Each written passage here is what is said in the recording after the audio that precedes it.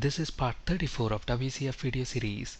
In this video, we'll discuss implementing duplex message exchange pattern in WCF. Duplex messaging pattern can be implemented using request reply or one-way operations. We discussed request reply operations in part 32 and one-way operations in part 33. I strongly recommend watching these two parts first before proceeding with this session. In this video, we'll first discuss implementing duplex messaging pattern using request reply operations, and then we'll modify this example to implement duplex messaging pattern using one-way operations. Let's look at an example. Let's flip to Visual Studio and let's create a new project. We want to create a class library project, and let's call this project report service. And let's delete this class1.cs file that's auto-generated, and to this project let's add a WCF service. And let's name our WCF service report service. And within the service contract file, let's change the name of this operation contract to process report. So what is this method going to do? It's going to process a report, and let's assume the processing of report is a lengthy operation. So in this case, if we use request reply pattern, the client has to wait for the report processing to complete, and it doesn't make sense. Okay, because it's a lengthy operation, so there's no point in keeping the client wait while the WCF service is processing the report. If we use one-way operation here, then what's going to happen? The client initiates a request for the report processing, and then after that the client is immediately freed up. Okay, and then the client can continue with whatever the client has been doing. Okay, but the problem with one-way operations is that we will have no way to send the status back to the client. Let's say, for example, the client's requirement is that he needs to know about the percentage of report processing that's complete. Okay, so when they click on process report, they want to see maybe in a text box the percentage of report processing that's complete. So the service should be in a position to send status back to the client. With one-way operations, that's not possible. So let's see how to use duplex messaging pattern to achieve this. So the requirement is this: the client should be able to initiate a request for report processing, and as soon as the report processing request is queued up, the client should be freed up. So the client should not be blocked while the WCF service is processing the report. And at the same time, the client also wants to know the status of the report processing, like the percentage that's completed. Okay, so let's see how to achieve this. So obviously, if the WCF service has to send a message to a client, then we need some sort of listener or a callback method at the client that the WCF service can call and pump messages into. And that callback method will take the responsibility of displaying that information in whatever control that the client wants. Okay, so basically we need a callback contract here, okay, which the WCF service can call and send messages to, so that the client can consume. So let's go ahead and define a callback contract. And the callback contracts, do they need to be decorated with service contract attribute? Not required. We don't have to do that. And let's call this callback contract as iReportService callback. Okay, and let's also specify an operation contract, and let's call this progress. Okay, and what information do we want to send back to the client? We want to send the percentage completed. Okay, so let's call it percentage completed. So this is the callback contract that the WCF service is going to use to send the status update to the client. Now we need to associate this callback contract with this service contract, because when somebody calls this process report method, the WCF service is going to start processing the report. As soon as it starts processing the report, and let's say, for example, 10% is completed, we want to send that percentage back to the client. So, and we are going to use this callback contract to do that. So somehow we need to link up this service contract with this callback contract, and the way we do that is by using callback contract parameter of the service contract attribute. So use type of keyword, and what is the type of callback contract? I report service callback. So let's go ahead and specify that here.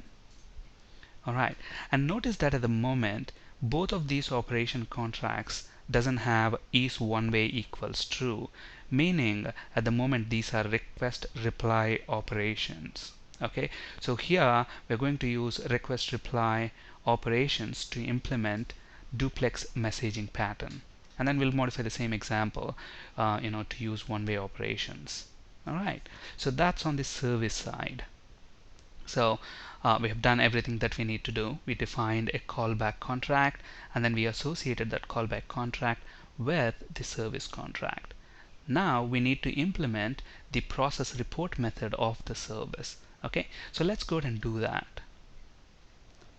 So within report service.cs file, we need to implement I report service interface. So in reality, in this method, we'll have the logic to process the report. But here, let's have some dummy logic. So just to simulate some artificial processing time, let's make the thread that's executing the request sleep for maybe 50 milliseconds. Okay. So let's actually also bring in system.threading namespace. And then let's actually put this in a loop. So for int I is equal to 1, I less than or equal to 100, I plus plus. So what do we want to do? In reality, in this method we'll have logic to process a report and then compute the percentage completed, but here we are just going to have some dummy logic. So we are making the thread sleep every time it counts from 1 to 100, maybe for 50 milliseconds. And then what do we need to do? So the report is being processed when this method is called. At the same time, this method should also feed the status information back to the client about how much percentage has completed. And to do that, we have specified that there's going to be a callback contract, okay, which is I report service callback. So now we need to pass the percentage completed to that callback contract method. And how do we do that? We use something called operation context, so the context within which this operation is being executed. So the current operation context, and we have this method here, get callback channel, and here we need to specify the type of our callback contract. What is the type of callback contract? I report service callback. And then this contract has got this progress method which expects an integer parameter. So tell it how much percentage has been completed. So that's contained in this variable I. So let's go ahead and pass that variable. Okay. So at this point we are done everything that we have to do from the service end. Okay. So let's go ahead and build this. So build succeeded. Now we need to host this WCF service. Let's use a console application to do that. So right click on the solution, add a new project, and let's add a console application. Let's call this host. Click OK. So a host project is added. Now we don't need an app.config file within the WCF class library project. So let's actually delete that from there. But within the host project we need the application configuration file. So let's go ahead and add that. And within the configuration file we need to specify the configuration for our WCF service to speed things up. I have already typed that configuration here. Now we discussed this configuration a lot of times when we were hosting the WCF service and in the initial videos in this series as well. So I'm not going to get into the details of this one at the moment. And notice that at the moment we're using net TCP binding that supports dual communication. That's communication in both ways between the client and the service. Okay, there are some bindings that doesn't support dual communication. So for example, basic HTTP binding. Alright, so we have the configuration here and we are using net TCP binding where the service is available. Okay, and again within this program.cs file we need to write code to make our service available. So let's actually again copy this code and paste it there. Again, we discussed this code several times in this video series, so I'm not going to go into the details of this one. So we have some compilation errors here. That's basically because we need to bring in system.service model assembly. So let's add a reference to that. So system.service model, and then we also need a reference to the WCF service itself. So add a reference, select the project tab, and select report service. And let's bring in system.service model namespace. Alright.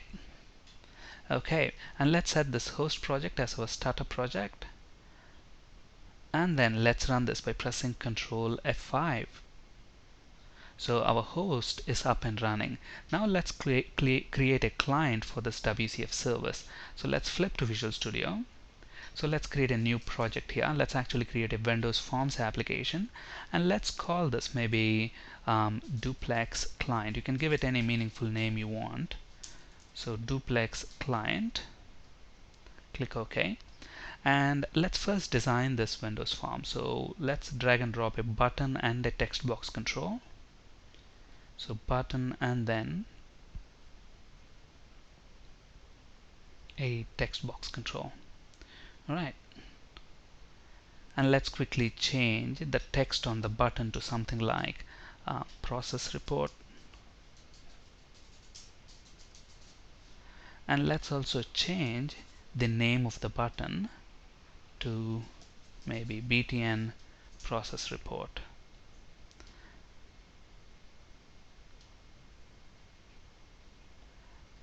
And let's fix the height and width of this form. Double click the button to generate the click event handler. Alright, now we need to add a reference to our WCF service. So right click on the references folder, add a service reference, and if you look at the configuration of our WCF service within the app.config file, notice that the metadata is available at this address. So http localhost:8080. So let's copy that address and put it in the address box. Click go. So this should discover our report service. Okay, let's specify the namespace as report service, and then click OK. So this should generate the required proxy classes. Alright, now so we are within the button click event. So this is where we need to invoke the process report WCF service method. But before that, keep in mind the service contract is associated with a callback contract. The client has to implement that callback contract so that the service can send messages to the client. Okay, so let's make this form actually implement that callback contract. Now you can have any custom class implement it. To keep things simple, we are going to make this form 1 implement that callback contract. And what is the name of the callback contract? If you recollect, it is I report service callback, and in which namespace it's present? Report service namespace. And since we have added a reference to the WCF service, the generated proxy classes will have, basically the proxy classes are generated both for the WCF service itself as well as the callback contract. Okay, so we want to implement the callback contract that is present in report service namespace, and the contract name is I report service callback. Okay, so let's go ahead and implement that. Let's select this option, implement I report service callback. So we need to implement this progress method. So this parameter is going to receive the percentage of report processing that is completed from the WCF service. And what we want to do with that percentage, we want to display that within the text box control. And so the text box control name is textbox1 dot text equals percent completed. Let's convert that to string, and then let's append some text here saying that maybe percentage completed. So here we are going to get an integer like 1%, 2%, whatever. We are going to display that percentage, that number with this text. So straightforward there. Now within the button click event, here we need to create an instance of our proxy class. And where is that present? Again, that's present in report service namespace and report service client, and let's call it client equals new client. And the important thing to notice here is that, look at this, the constructor of this report service client now expects a callback instance. Okay, now the important thing to keep in mind here is which type or which class is implementing the callback contract. This form1 class. Okay, so we need to pass the class instance that implements the callback contract. Here it's form1, so we need to send the form1 class instance to the constructor of this class. Okay, so how are we going to create an instance of form1? I mean, there is a wrapper class for that purpose, and it's called instance context. Okay, and that's present in system.service model namespace, I believe. So instance context, and let's call the variable instance context equals new instance context. And who is implementing the callback interface? This class, that is form1. And if we need an instance of this class, we can simply say this. So this refers to an instance of this form1, and we are going to pass this instance context to the client. And all we now need to do is invoke the process report function. Okay, all right. So now let's go ahead and run our client and see if everything works. We're going to have a problem here, and we'll fix that in just a bit. Okay, so when we click process report, we are going to get an exception, and that is a deadlock exception. Look at this, the operation would deadlock because the reply cannot be received until the current message processing completes. Okay, so why is there a deadlock? That is because if you look at our WCF service, look at the operation contract here. It's request reply, meaning the client makes a request and wait for the response to come back. Okay, so while the client is waiting for the WCF service to complete, the service wants to send a status message back to the client, but the client is busy waiting for the WCF service to complete the processing of the report. Okay, so that thread is busy there. Okay, and that's why we obviously have a deadlock there. And to solve this deadlock issue, we need to do two things. So this is where we implemented the callback interface in the client application, and then we created an instance of the type that implements the callback contract, and we passed that to the proxy class here, and then we are invoking the process report. So to fix the deadlock issue, first we need to set concurrency mode to reentrant, meaning the WCF service can send status information back to the client. Okay, so callbacks are allowed with concurrency mode reentrant. Okay, so let's go ahead and do that. So first of all, let's stop the service host that's running. Let's also stop the client that is running. Let's get to the WCF service. And within the service implementation file, use service behavior attribute and then set concurrency mode to reentrant.